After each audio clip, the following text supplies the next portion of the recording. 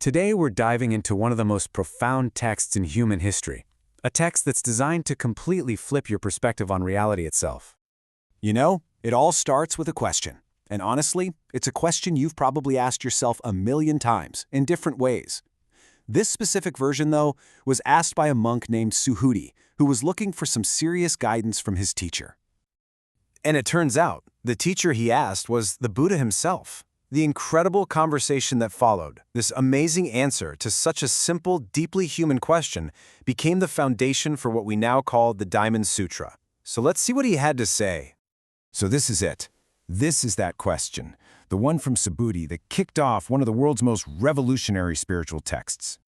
Now, the text's full name is a bit of a mouthful, but the Buddha said it should be known by a much cooler title, the diamond that cuts through illusion. Think about it. A diamond is meant to be flawless and sharp, right? Well, the idea is that this teaching is sharp enough to cut right through the fog of what we think is real. So what is this big illusion that needs cutting? Well, this is where things get really interesting. The sutra uses these mind-bending paradoxes to challenge pretty much everything we take for granted. I mean, a statement like this is designed to turn your world upside down. The sutra is basically saying that everything we see and touch and think is solid. Our bodies, the chair you're sitting on, even our own thoughts, it's all like a phantom. It's not that these things don't exist, it's that they aren't the solid, permanent things we believe them to be. And this idea hits hardest when we think about our self. You know, we all feel like we have this solid ego, this fixed personality that is me. But the sutra argues that's just a story we're clinging to. The you that you think of is just a constantly shifting collection of thoughts, feelings, and memories, not some permanent, separate person. And here's the really brilliant part. Even the words of the sutra itself, these very teachings, are just tools.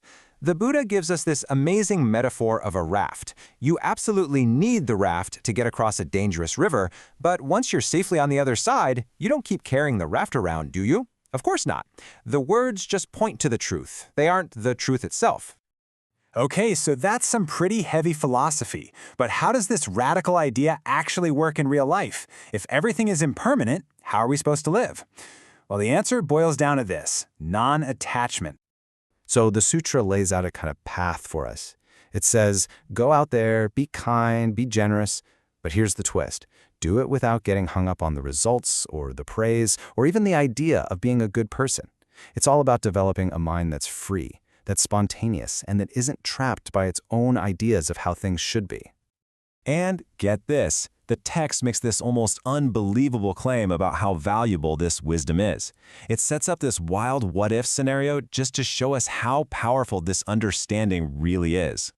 Okay, so try to imagine someone with infinite wealth, and they fill not a city, not a planet, but over 10,000 galaxies with jewels and treasure, and then they give it all away to charity. I mean, that's got to be the greatest act of good anyone could ever do, right?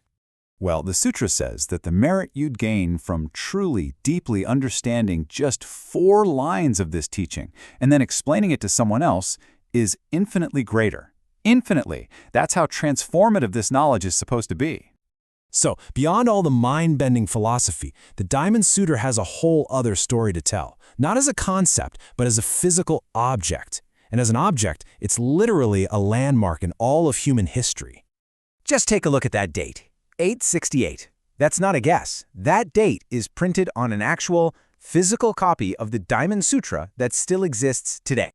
Now, to put that in perspective for you, this book was printed more than 500 years before Gutenberg invented his printing press in Europe. It just shows you the incredible level of technology that was already happening in China. This isn't just an early printed book, it's the world's earliest complete and dated printed book we've ever found. And what a book it is. We're talking about a scroll that's over 16 feet long, made from 7 strips of paper joined together. Every single character was printed from a masterfully carved wooden block. We even know a man named Wang Ji created it for his parents. And then, this masterpiece was sealed away in a desert cave, totally hidden from the world for almost 9 centuries. Its journey is just astounding. It's printed in 868. Around the year 1000, it's hidden away in this secret library in the Dunhuang Caves on the Silk Road. And then, for almost 900 years, it just sits there in the dark. Finally, the cave is rediscovered in 1900, and a few years later, the explorer Sir Aurel Stein acquires it, bringing this unbelievable treasure into the light. So from the incredible physical object, let's circle back to the philosophy. Because the sutra leaves us with one final, absolutely beautiful instruction on how we should view our own existence. The whole text ends with this stunning verse. It just gives you this series of powerful images for reality. It's not solid and permanent. It's fleeting, it's beautiful, and it's as intangible as a dream, or a bubble on a stream, or a flash of lightning. And that's the final instruction. The sutra isn't telling you to reject the world, not at all. It's just asking you to see it for what it really is, to appreciate its impermanence, not with sadness, but with a clear-eyed wisdom that can free you from getting so attached to it all. And that's the thought that Diamond Sutra leaves us with. It's not an answer, really. It's a question for you to think about. If all of this, our triumphs, our heartbreaks, our very sense of who we are, is as brief and transient as a flash of lightning, then what really, truly matters